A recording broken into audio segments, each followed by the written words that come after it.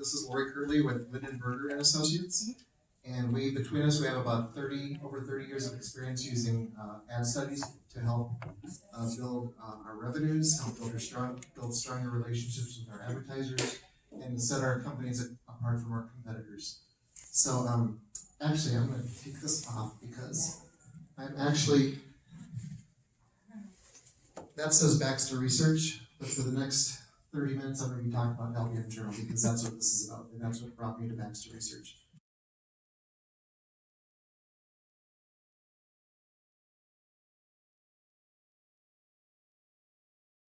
So my story begins in 2003 when I got a call from my boss saying that the magazine I'd worked for the past 13 years was out of business.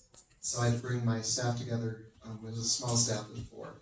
Brought them together and told them that as of today we're out of business, so there's no more anything. So when you leave for the day, turn in your card key, take all your personal stuff, and because we're done. And I said, but I'm not ready to walk away from this because we've got a great team, we've got a great product, we've got great relationships with advertisers. So I'm going to launch a new magazine. I'm going to run it from home for now, since there's no investors, there's no money for office space or computers. There's no guarantee anyone's ever going to get paid. So who's with me? So obviously everybody said yes, because how could you turn that down, right? So anyway, LBM Journal was born.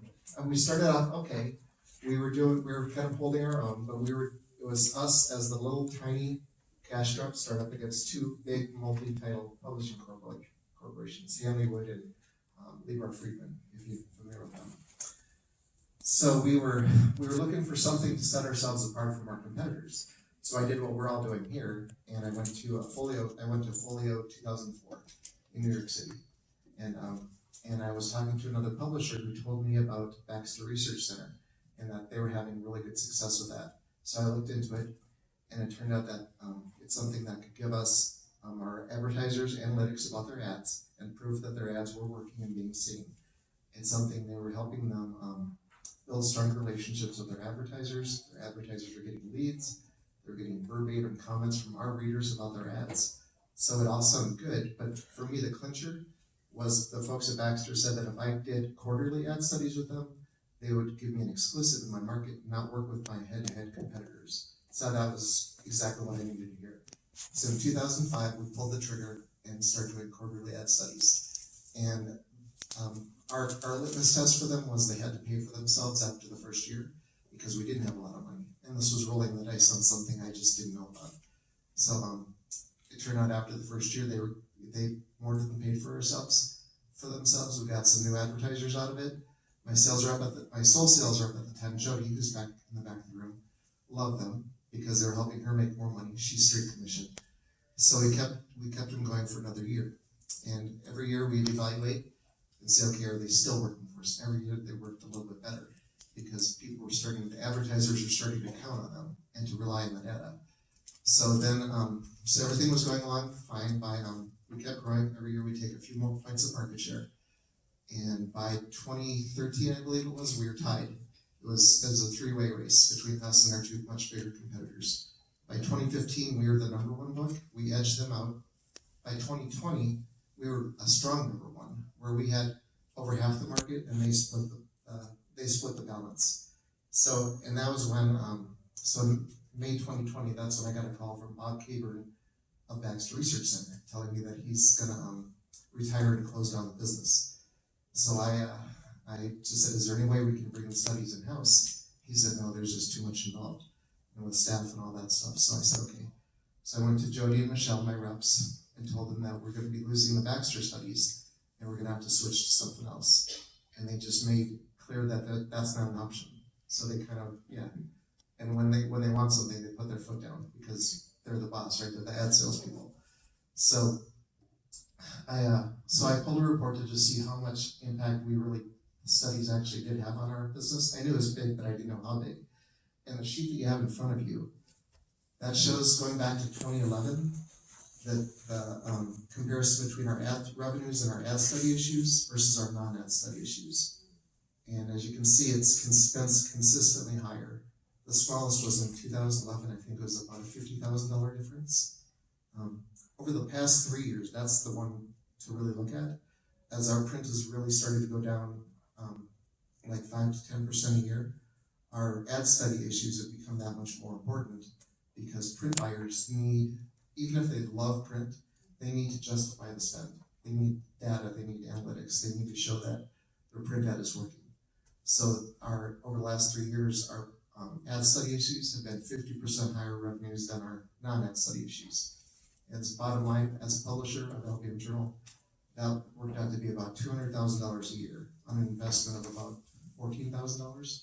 So even though I had no interest in, well, when I asked Bob if we could bring the studies in-house and keep them going, he said the only way to do that would be to buy the company, which I had no interest in doing because I had my hands full with LBM Journal.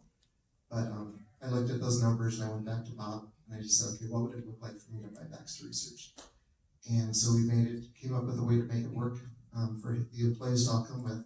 So as of June of 2020, last year, I became the owner of Baxter Research. So I'm up here talking about the studies, what they did for LBM Journal, but my experience with them is, I'm not selling because I'm actually, as far as the nuts and bolts of how, like Jody can talk about how to sell them, and Tina, my project manager, can talk about, more the in-depth. For me as a publisher, we bought it because we couldn't afford not to.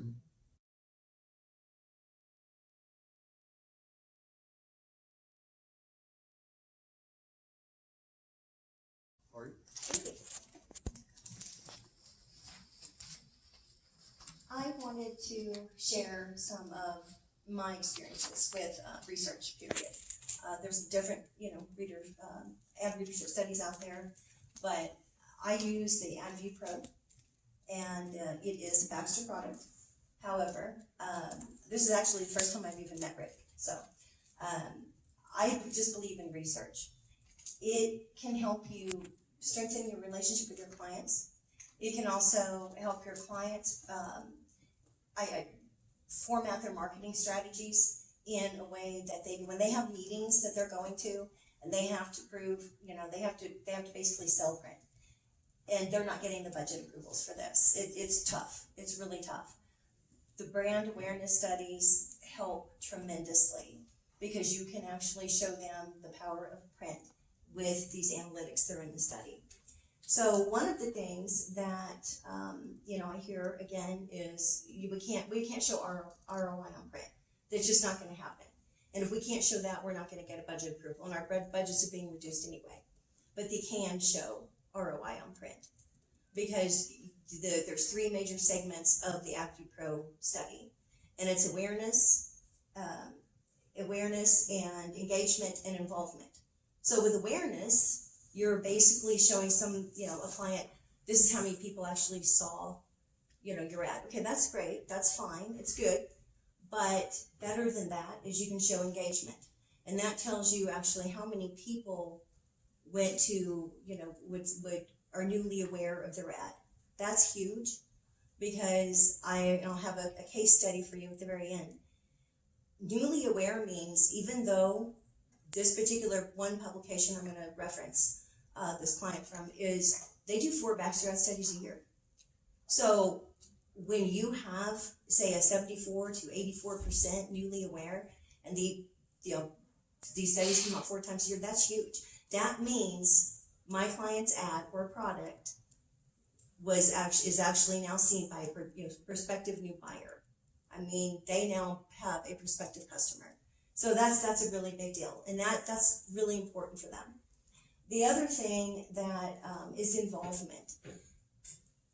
A lot of times my clients will, sort of say, well, I know, but digital, it just seems like it's the only way to go for us, especially with our budget being limited. No, it's not the only way for you to go. You want to really get people involved in what you're trying to, your messaging, your branding, that's important. So the Baxter ad study, this AdView Pro, shows my clients that how many people actually went to their website. All right, so then that's proving that print actually drives traffic to your website. That's what your clients want to hear, because that's why the digital advertising that they are really heavily investing in, they know they can track that. You can help them track their print. So it shows how many people saved the ad, how many people discussed the ad with one of their peers. It will tell you how many how many intend to purchase the product, how many have already, will definitely be recommending it. So that's hard data that you can give your advertising clients. And that's a big deal because I know you've seen a lot of charts, print is not what it used to be, but it's not dead. And a good piece of research is going to help you increase your ad revenue. I have seen that our Baxter Ad Research study issues do have a higher ad count and a higher revenue stream, in those study issues.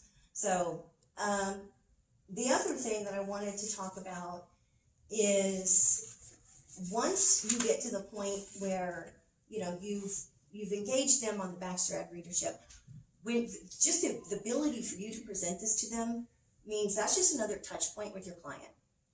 You don't want to just be calling your client when you have something to sell them, all right?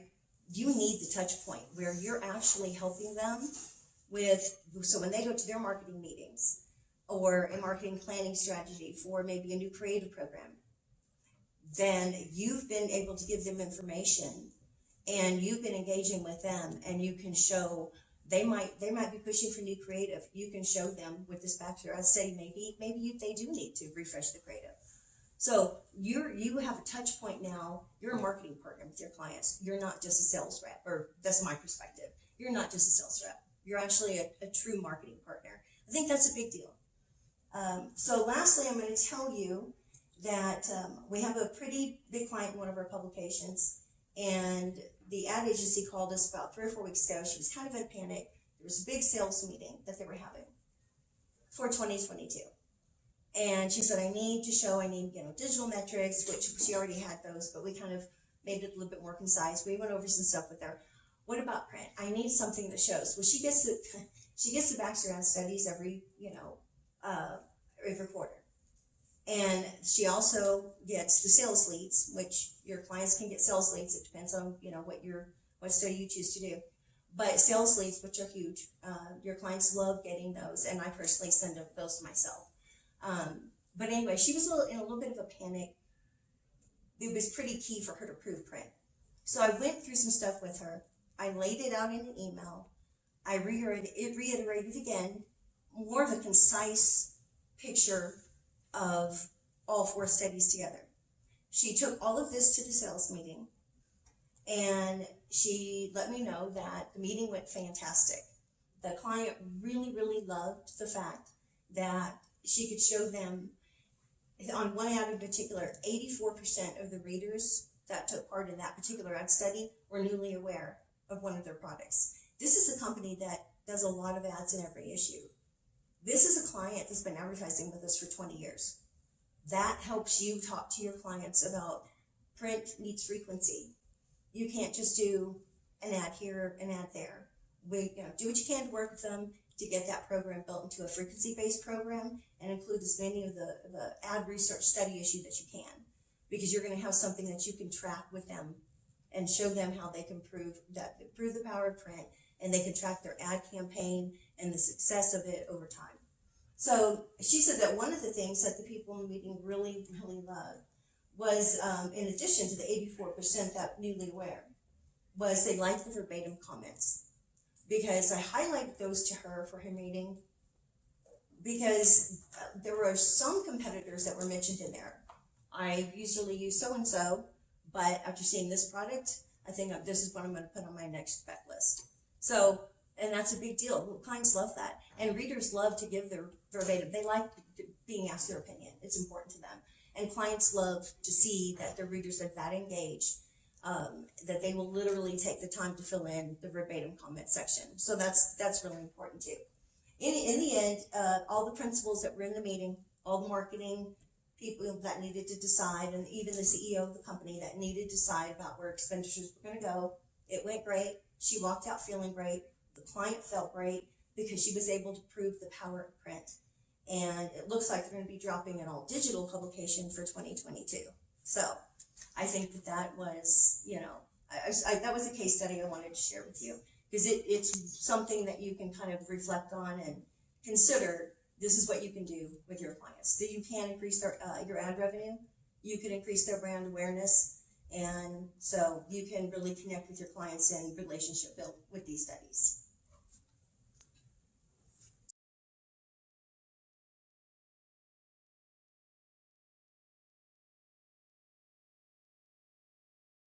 Are there any questions? We're purposely short to leave plenty of time for questions if you have any. Yes. If you're sending out, if you're doing 4 ad studies a year, Mhm. does the publisher only send it to a certain percentage of their list, just so that the list doesn't get tired of answering surveys? Yeah, I can take that. Okay. So how it works is we'll get a list of your like let's say a list of 3 or 4,000 email addresses, Okay. and we'll send them out in chunks. So we'll send out a chunk of 500 or 1,000, and then depending on the results and the responsiveness, then we'll send out more. So because we want to minimize the fatigue, the list fatigue, Okay. and that was one of my big concerns with LBM Journal because we didn't have a big base, so I didn't want to really fatigue these people. And the surveys are lengthy because the reports that we generate are like 20 or over 20 pages. Like the ones we get for LBM Journal are about 26 pages. So there's a lot of data. So, but yeah, that's the more engaged your audience is, the fewer emails we have to send. Can I add to that? Yes. So I want to say our ultimate goal is that we never actually, our ultimate goal is to not reach out to the same reader more than once a year. That's Tina. She's our senior project manager. She knows way more about this stuff than I do. Sorry, I'm filming.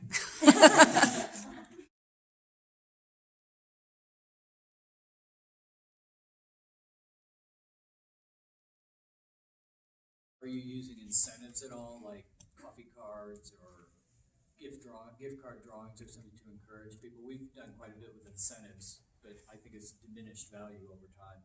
Yeah, we haven't done anything for LBM Journal with incentives. One thing Baxter does is across all of the surveys is all people who respond, their names are put into a drawing for a $100 Amazon gift card every quarter or month or something. Every quarter. Every quarter. So it's very, very small, but we have done we did a study for a publication that had a really small list. They had, I think, 1,000 email addresses, which isn't a lot when you need a minimum of 100 to, for a valid study. So for that one, we did I think $10 Amazon certificates that were just, and that worked great.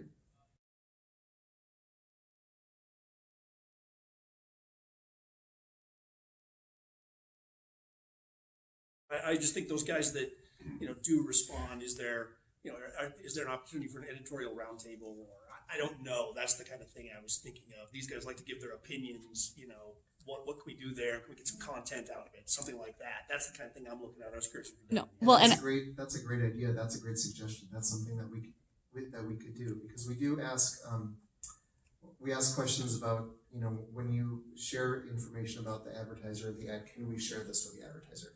And that's just something we could easily add. It's like, would you be interested in open to participating in a roundtable or with other readers? We could harness that. That's a great idea.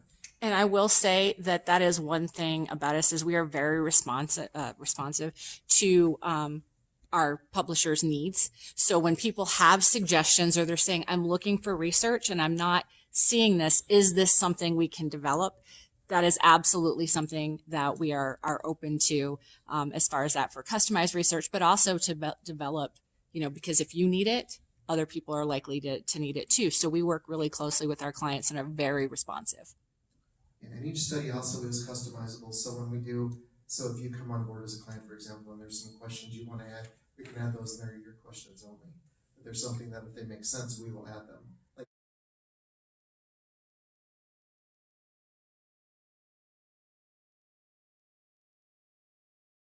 It's kind of interesting. I forgot to add it at the end of mine. So back in 2008, my biggest competitor, which is ProSales, which was published by Hanley Wood, they announced a corporate-wide digital-first strategy.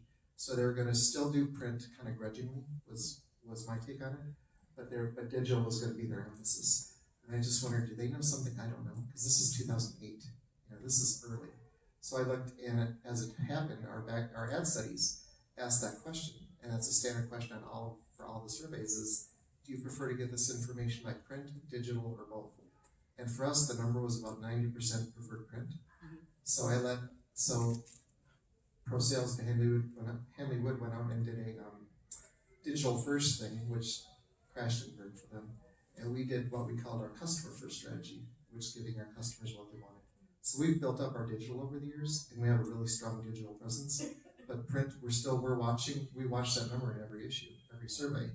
And it's as in our industry, it's a lot of like old male, that kind of thing, older demographics. So it's shifting a little bit. So the digital number's coming up, and we're responding to that. But that's the thing is we're watching the data to make that decision. We're not saying as publishers, postage is expensive, paper's expensive. We're going to do digital first. Look how smart we are. And the same month that Bob Kaber called me to tell me that he's retiring and closing the business is the month that Pro Sales ceased publication. So it was kind of a little interesting.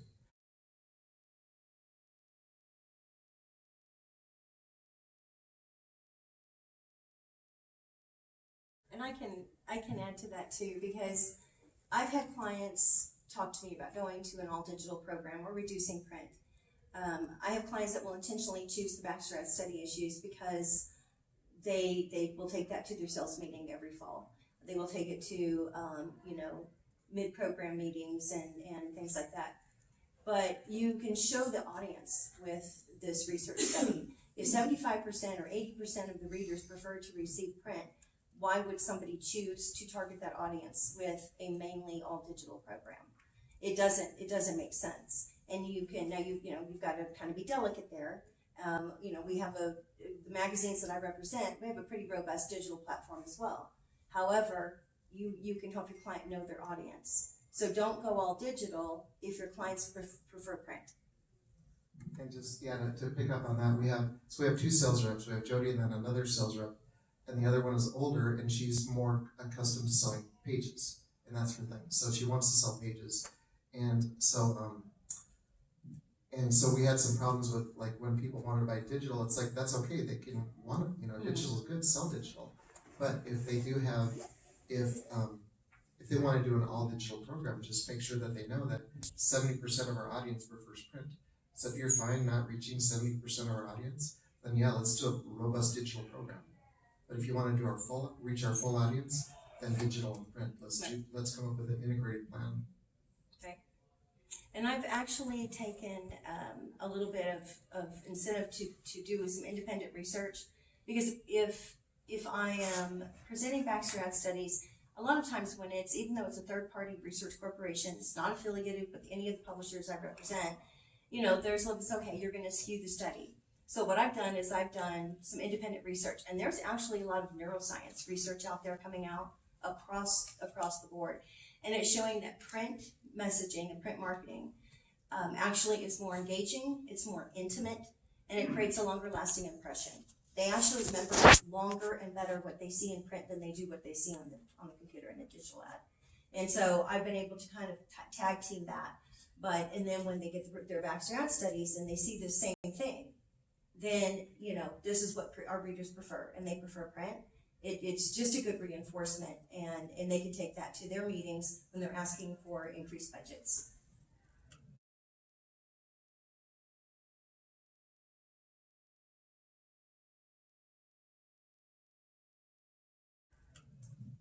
Question? Yes. I may have missed you saying it, but do you have any specific platforms that you prefer for your survey system? Specific platforms. I'm not Like, sure. do you do like SurveyMonkey? Oh, or it's all proprietary. It's all something we built from And the guy who did the building, he's been with the company for over 20 years, and he's a brilliant tech guy. So it's all proprietary internal stuff.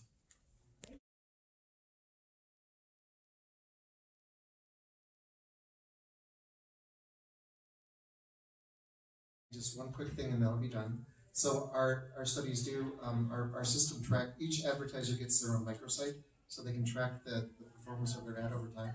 So if the ad performance was really strong and then it's dropping off, they can come to, Jody, that's something Jody can see. She can go to them and say, look, this is happening. So let's talk about why it's happening. and let's make some changes. And there are times when ads are not performing well at all. And that's something where it's Jody's the messenger then, so she has to go to she gets to go to the client and say, look, this creative that you're running in multiple publications is bad and it's not working. So let's talk about coming up with something that's gonna work better, so you can stop wasting money on an ad that's not working for you anywhere. So, and that's. Sorry, That's we're it. out of time. Yep. Okay.